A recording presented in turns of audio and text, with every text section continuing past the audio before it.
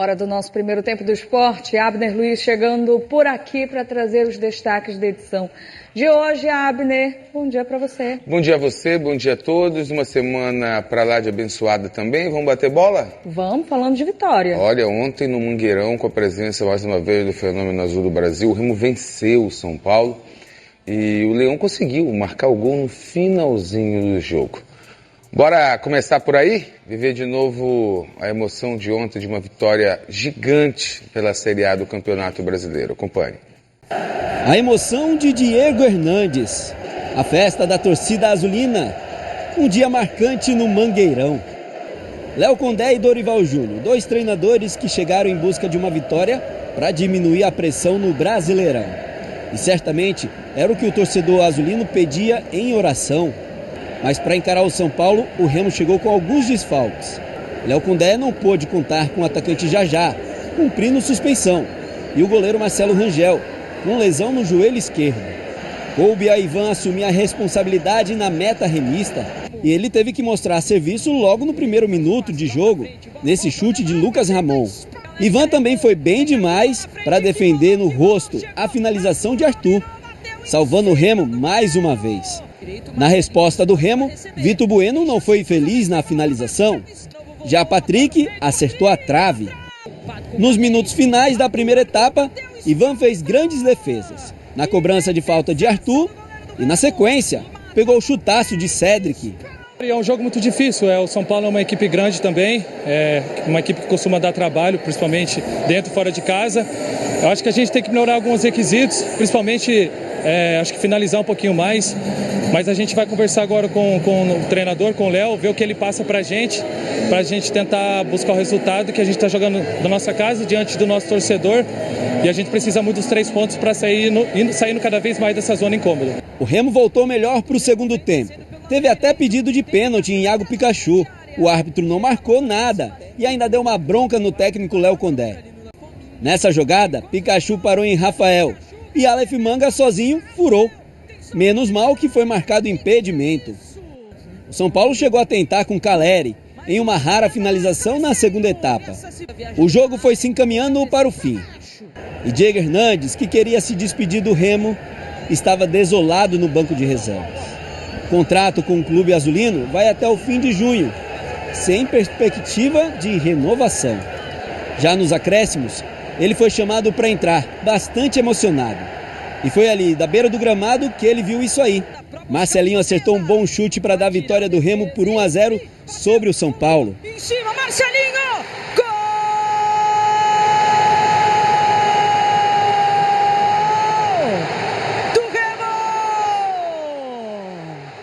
Diego Hernandes ficou pouco tempo em campo para receber a homenagem da torcida.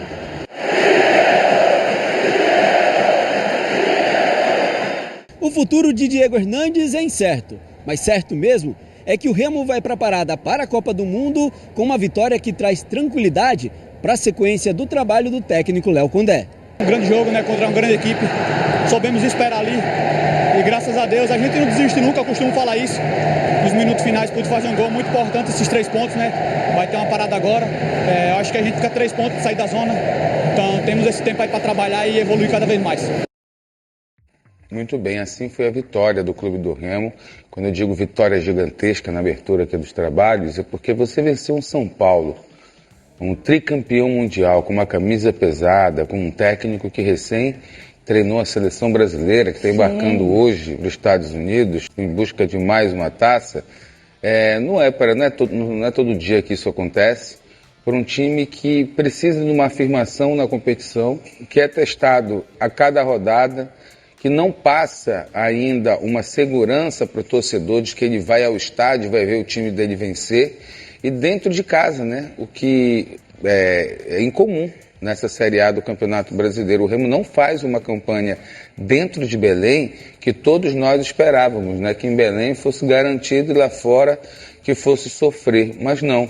O Remo ganha o São Paulo, por exemplo, pela primeira vez na história, São mais de 8 confrontos e pela primeira vez o Remo conseguiu vencer o São Paulo numa Série A, numa rodada final antes de Copa do Mundo, que fez com que o Remo chegasse aos 18 pontos. Ficou um gostinho de quero mais nessa primeira fase? Ficou. O Remo é muito, mas muito distante dos seus adversários na competição? Provou que não, né? Mas sempre no limite, né? E buscando não ser tão no limite assim, é que o Remo vai tentar reforçar esse elenco para essa segunda fase do Campeonato Brasileiro para a Série A, para tentar pelo menos ter mais peças e peças com qualificação para fazer mais, bater mais de frente ainda.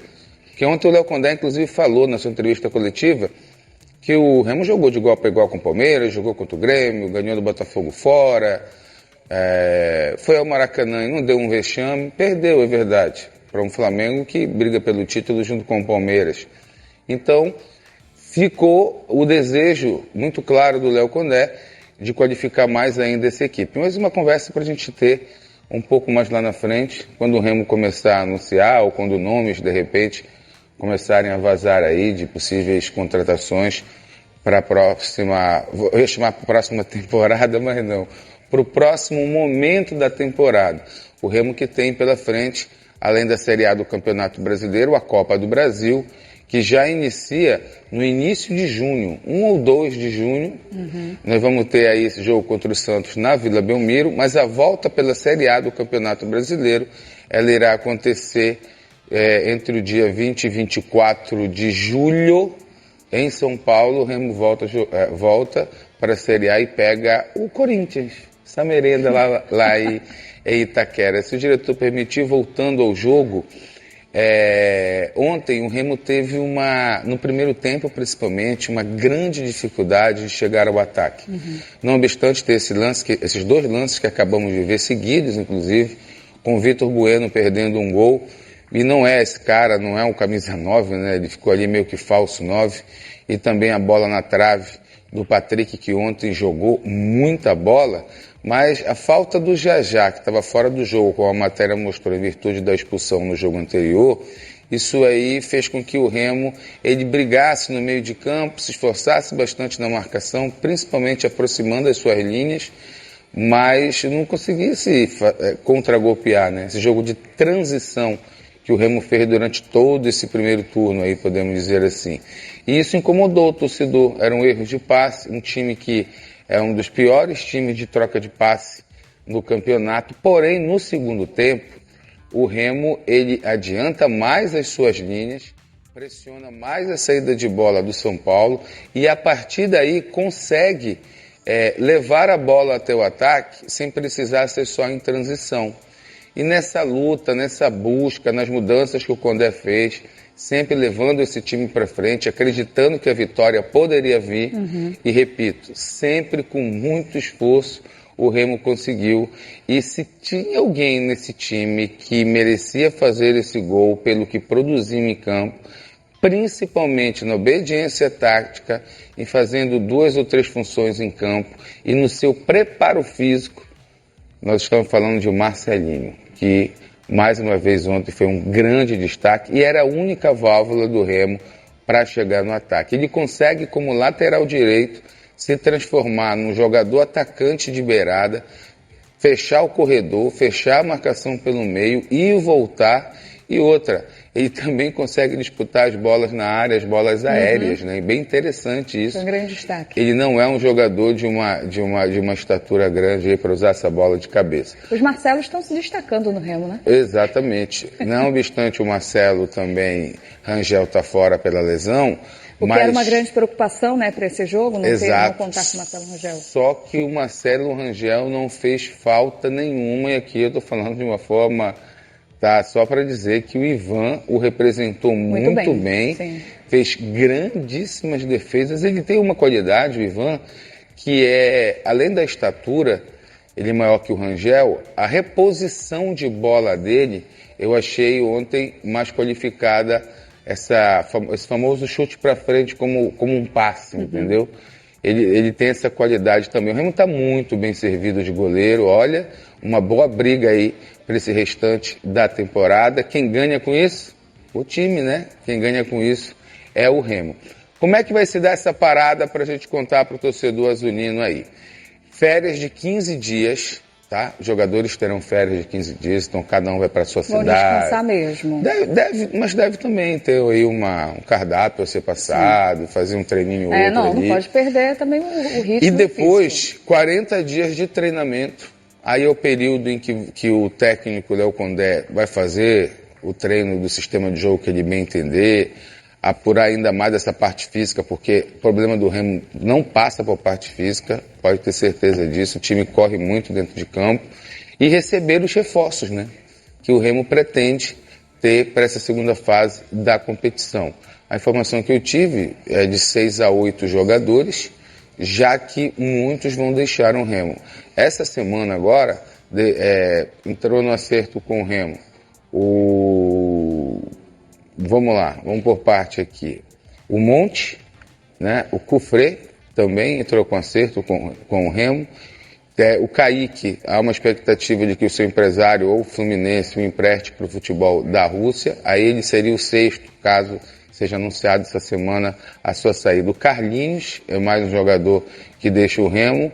O Pana também entra em acerto, já pegou suas coisas, deixa o Remo. E a questão do Diego Hernandes, que também não deve ficar no clube do Remo. Por que eu digo que não deve ficar?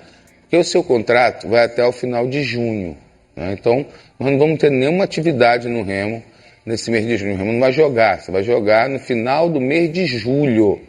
E aí não houve interesse do Remo em abrir essa conversa, ou de repente, ou fechar essa conversa com uma proposta para o jogador, que tem vínculo ainda com o Botafogo, tem desejo de aumento salarial e de um contrato de 3 anos. O Remo entende que não é possível fazer esse contrato. Pode ocorrer, Abner Luiz, da diretoria do Remo e o jogador e o seu empresário, nesse período aí de junho, eles conseguirem chegar a um acerto? Claro que pode. Agora, tem que saber se terá a anuência e a assinatura do técnico Léo Condé, que usou muito pouco o jogador, ao mesmo tempo pode se proteger, se é que a gente pode dizer assim, dizendo que quando o jogador esteve em campo, não rendeu o que de repente ele esperava, ou nos treinamentos não rende do que ele espera. O certo é que é um jogador muito querido pelo grupo, é o jogador que o torcedor ontem ovacionou, e com razão, porque ele foi importantíssimo na campanha da Série B do ano passado. Talvez a comoção e não haja mais do que a gente já vê a revolta do torcedor que quer o jogador no elenco, pela vitória de ontem. Uhum. Então, quando vence, todos os atrativos do circo, né, agradam a plateia. Circo, eu estou falando no bom sentido, podia falar uma outra coisa que também agradasse a plateia. Então, o Diego Hernandes, para o Pará veio, no Pará ele conseguiu subir para a Série A do Campeonato Brasileiro, no Pará ele teve o seu filho, né, até isso, um paraense, né, comedor de açaí, e aí volta para o Uruguai e aguarda aí aonde, nessa transição que a gente vai ter nessa janela, aonde ele vai jogar, se ainda no futebol brasileiro, se volta para o futebol uruguaio. Diego Hernandes, inclusive, já vestiu a camisa da seleção no seu país, né?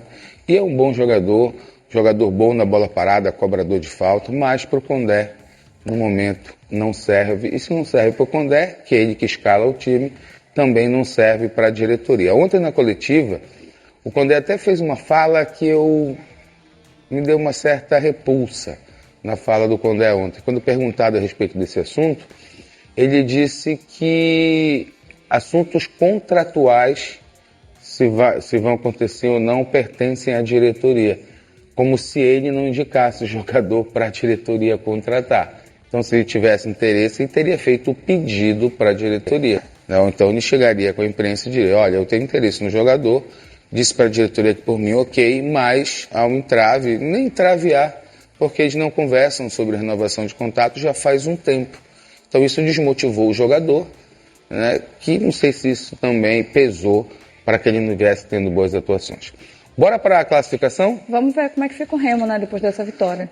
Pois é, o torcedor olha para essa classificação aí, ele lembra do jogo contra o Atlético Paranaense, né? Que o Remo perdeu na rodada passada. E aí seriam 21 pontos. Sim, já estaria aí fora, né, da zona. Não, porque ele perderia no saldo de gols pro Grêmio. É verdade, o Grêmio tá com 21, o Santos também. Ele ocuparia o lugar do Vasco, né? Ele estaria no lugar do Vasco. Olha, o Mirassol o Mirassol perdeu o seu jogo. Olha, o Atlético Paranaense que fez mal para o Remo na rodada passada, na realidade quem fez mal para o Remo foi ele mesmo com a expulsão do Jajá. Ele venceu o Mirassol, né? Ele pula para a 4ª colocação, está na zona de Libertadores, para essa primeira fase aí, o Atlético Paranaense na zona de Libertadores, tá? Ali, ó, na 4ª colocação. E aí ele ganha o Mirassol estaciona com 16. O Vasco, numa crise danada, perde o seu jogo, cai para a zona do rebaixamento. O Santos vence o seu jogo, vai a 21, mesmo com o Gabigol sendo expulso, pelo mesmo motivo que o Jajá também foi. Esse povo está com essa mania agora. Tem que parar com isso, gente. Então o Remo está com 18, está ali na 18ª posição, e aí está a 1, 2, 3. 3 pontos. Não vou dizer 3 pontos porque, a não ser que o Grêmio tome uma goleada aí que passa o saldo que ele tem do Remo, mas tudo bem, 3 pontos para estar na briga ali, e aí briga até com o Internacional na 14ª posição, que tem 21 pontos. Esse campeonato brasileiro, como diz o ex-deputado por São Paulo, mesmo sendo cearense, tiririca, né? Tá coisado, porque veja só, amiga, quando tu paras ali não vamos tão longe, tá? Quando tu para ali pessoal na casa do 26, no 25 vai, no próprio São Paulo, que caiu para 8º agora com 25, do Atlético para baixo, né? Batendo até no Remo, a galera ali em 1, 2 rodadas transforma essa tabela aí, tá? E aí a gente vê o Palmeiras com 41 pontos, ok, o Flamengo tem jogo a menos, ainda pega o Palmeiras no campeonato ainda, no jogo da volta, lá em São Paulo. E você vê ali Fluminense com 31, Atlético com 30 e 29, 26. O Bahia vence o jogo dele, ele já passa do Bragantino e encosta na 4ª de Libertadores. Então, o negócio tá... Se já diziam que o futebol brasileiro, a Série A, estava nivelado por baixo, essa competição desse ano, então... E aí a gente tem que ver quem tem café no bule. Quem tem o que sobra na sua conta bancária, amiga, que é dinheiro. Vamos lá, o Vasco tem potencial de trazer boas contratações, o Grêmio tem potencial financeiro para trazer boas contratações, o Santos terá Neymar no 2º semestre, o Inter tem dinheiro na conta para fazer o mesmo, então essa galera aí vai pensar com certeza em reforços, como por exemplo o próprio Mirassol e de repente a Chapecoense, que já disse que não tem dinheiro. É uma tabela aí realmente bem coisada, como tu falaste. Tá coisada. Mas ela vai ficar aí por alguns dias e depois da Copa a gente volta a ver essa movimentação com expectativa, claro, do Remo subir mais um pouquinho e sair dessa zona. Agora o Papão não venceu, não está na zona também, mas queria muito a liderança da Série C. Pois é, permanecer, né? Por lá, o Paysandu, pelo menos até a hora que acabou ali a rodada, eu vi o Paysandu na 3ª colocação, a gente vai olhar a tabela daqui a pouquinho. Olha, o Paysandu perdeu para o Figueirense lá em Santa Catarina, o Papão terminou a rodada, como eu disse, fora aí da liderança da Série C. Não viu o jogo, perdeu, a gente mostra como foi para você.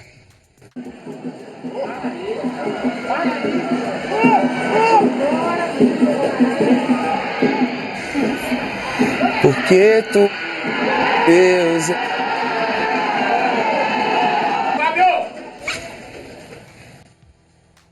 Olha, te mostrou aí o primeiro gol o primeiro gol do Paysandu? A gente vai voltar a mostrar os lances? Tá, vou falar em cima do lance então. Aí é o Juninho, tá? Que já, dessa vez não, né? Veio mostrando que é um atacante que está pronto para ajudar o Paysandu nessa Série C do Campeonato Brasileiro. E aí, cara, um dos caras que eu mais gosto do elenco, que é o goleiro do Paysandu, que faz boa defesa, já salvou o time na Série C, na própria Copa Norte também, toma um gol mais uma vez esquisito, né? Uma bola que ele solta ali, e aí a gente vê cartão vermelho. Vou falar sobre cartão também. Deixa eu só respeitar um pouquinho os lances, para que eu não fale de outros assuntos enquanto a galera esteja vendo outro lance. Aí 1-1, tá? O Pedro Henrique expulso no jogo, a chance do terceiro gol ainda no primeiro tempo, aí ao mesmo tempo que falhou, o goleiro acaba salvando, né? O Gabriel Mesquita acaba salvando o Paysandu. E aí com -1 é complicado, porque você já não estava com o time titular, né? Você não tinha ali os seus principais jogadores do meio para frente, por exemplo. E aí vem a expulsão do Pedro Henrique. O Pedro Henrique é o jovem jogador, volante, descoberto na base, vendido ao Flamengo, emprestado ao Paysandu, mas que ele tem esse defeito. Ao mesmo tempo que ele é voraz na marcação e também consegue fazer ligação para o ataque, ele toma cartão todo jogo, ele acumula cartão, já foi suspenso na competição. O Paysandu já não teve em campo nas 2 competições que está disputando. E só que ontem houve um exagero, né? Ele consegue tomar 2 cartões amarelos no primeiro tempo ainda do jogo fora de casa, enquanto o time estava. E aí foi o gol derradeiro, né, o 2-1. Depois ainda teve mais uma expulsão também do Paysandu ontem, que foi do seu lateral esquerdo, que já tinha acabado de tomar o cartão amarelo. Ele vai lá e faz essa falta, toma o segundo amarelo e toma o cartão vermelho. Seguinte, o Paysandu ganha o título da Copa Norte em Manaus no meio de semana. O Paysandu é um time que está fazendo 3 jogos por semana. É muita coisa, não é pouca coisa. Eu não estou aqui justificando a derrota do Paysandu de ontem, que também não vou dizer que é normal por jogar fora de casa, porque o Paysandu joga bem fora de casa. Esse time do Figueirense, com todo respeito, não mete medo em ninguém. O Paysandu é melhor, só que o Paysandu completo.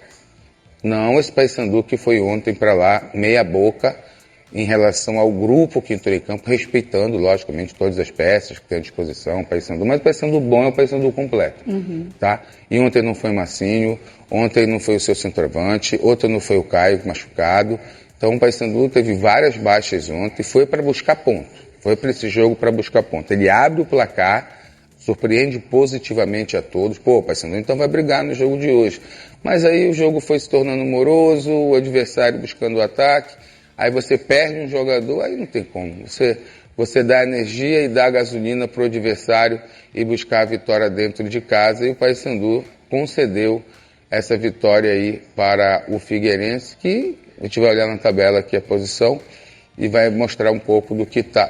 E engraçado que esse uniforme do Figueirense, tu vai achar que o Paysandu está jogando contra qualquer time, menos contra o Figueirense, Sim. que é preto e branco, né?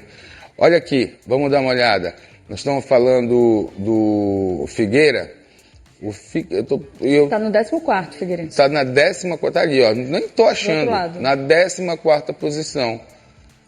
Tinha 8 pontos, cara. Tinha 8 pontos. Não vem bem na competição. Então o Paysandu acaba tropeçando, podemos dizer assim, mas é uma derrota esperada, porque o Paysandu não foi completo. Não foi com a famosa cavalaria, aquela imponente que foi campeã paraense, campeã da Copa Norte, estava liderando a Série C do Campeonato Brasileiro. Aí nem descansa, já vai para a decisão da Copa Verde, né? E segue a Série C, tá? Atenção, torcedor bicolor. A Copa do Mundo vem aí, mas a Série C do Campeonato Brasileiro ela segue. Agora o Guarani é o líder. O Brusque, que o Paysandu já enfrentou em Belém, empatou e mostrou que era uma boa equipe. Aí vem o Paysandu com 17. E aí a gente olha para fora da zona de classificação para a próxima fase. O Maringá está com 13 pontos ali e o Paysandu com 17. Então ainda há uma gordura de 4 pontos, tá? Para o Paysandu aí continuar. O Paysandu tem que estar nesse verdinho aí, amiga. Quando acabar a primeira fase da competição, Sim. o Paysandu tem que estar nesse verdinho. E, se possível, de 1 a 4, para que ele possa decidir em casa, né, vaga para a Série B do Campeonato Brasileiro. Nós queremos um, exatamente. Torcedor do Papão quer ser líder. E o Paysandu é melhor nessa competição do que todas essas equipes aí. Joga o melhor futebol do que todas essas equipes. No futebol para frente. A gente tem falado isso, né? Um time de Série B. É um time... Estamos com grande expectativa. Eu não sei... Não, o clube em si está na Série B, é o necessário. Mas o futebol jogado, os gols feitos, o que já produziu nessa temporada... O de ontem, isso vai acontecer, de você estourar um jogador, o outro lesionar, o outro pegar cartão amarelo, e para isso você precisa ter elenco. E o Paysandu tem essa chance na janela agora de dar uma reforçada, de trazer mais peças para não passar aquele aspecto de que o time pode contar com 12 ou 13 ou 14 no máximo jogadores na temporada. Não desrespeitando os outros, lembrando que a gente está aqui colocando em rendimento quando sai um titular, que é considerado o titularzaço do time, que você não consegue ter alguém que pelo menos aproxime. Isso acontece com o Ítalo, isso acontece com o Marcinho, isso acontece com o Castro lá na zaga. Então há uma distância dos titulares aí para os que entram depois.